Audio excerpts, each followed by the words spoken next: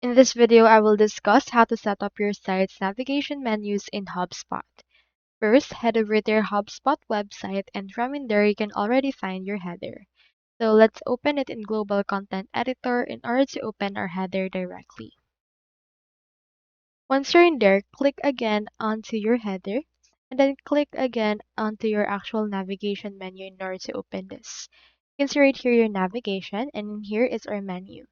You can click onto this drop down and you can see right here that right now it's on default.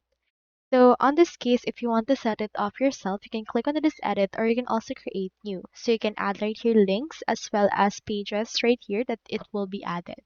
You can also add menu items that you want. Like for example, let's add in here a page link or item without a link or the links. Or in this case, let's name this contact us.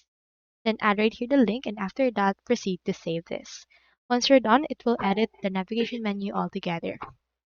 So that's all there is today, and if you haven't signed up for HubSpot yet, make sure to use your affiliate links given in the video description. Thanks for watching, and I will see you in my next video.